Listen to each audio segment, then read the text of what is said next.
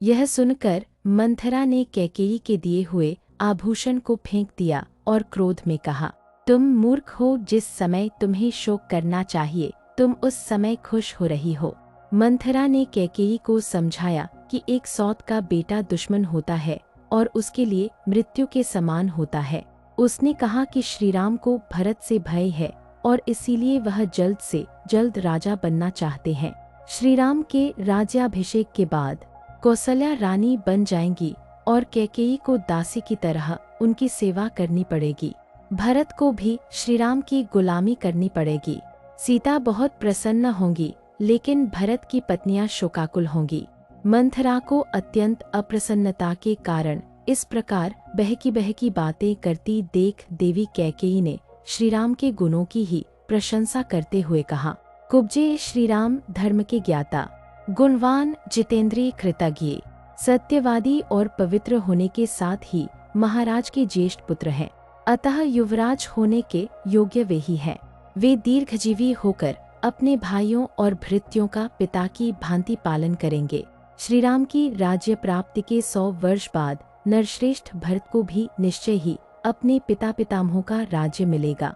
मंथरे, ऐसे अभ्युदय की प्राप्ति के समय, जबकि भविष्य में कल्याण ही कल्याण दिखाई दे रहा है, तो इस प्रकार जलती हुई सी संतप्त क्यों हो रही है?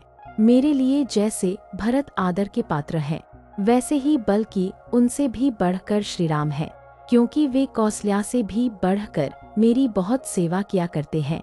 यदि श्रीराम को राज्य मिल रहा है तो उसे भरत को मिला हुआ समझ, क्योंकि श्री रामचंद्र अपने भाइयों को भी अपने ही समान समझते हैं। कैकेयी की बात सुनकर मंथरा ने बहुत दुख के साथ कैकेयी को समझाया कि वह मूर्खता कर रही है और अपने आने वाले दुख को नहीं देख पा रही है। उसने कहा कि जब श्रीराम राजा बन जाएंगे तो उनके बाद उनके पुत्र ही राजा बनेंगे और भरत हमेशा के लिए राजपरंपरा से अलग हो जाएंगे। राजा हमेशा ज्येष्ठ पुत्र को ही बनाते हैं और अगर श्रीराम राजा बन जाते हैं तो वह भरत को राज्य से दूर भेज देंगे या मार भी सकते हैं। भरत को छोटी उम्र में ही मामा के घर भेज दिया गया, जिससे राजा का उनके प्रति प्रेम कम हो गया। जैसे लक्ष्मण और श्रीराम का प्रेम प्रसिद्ध है, वैसे ही श्रीराम और भरत के बीच बैर भी स्वाभाविक है।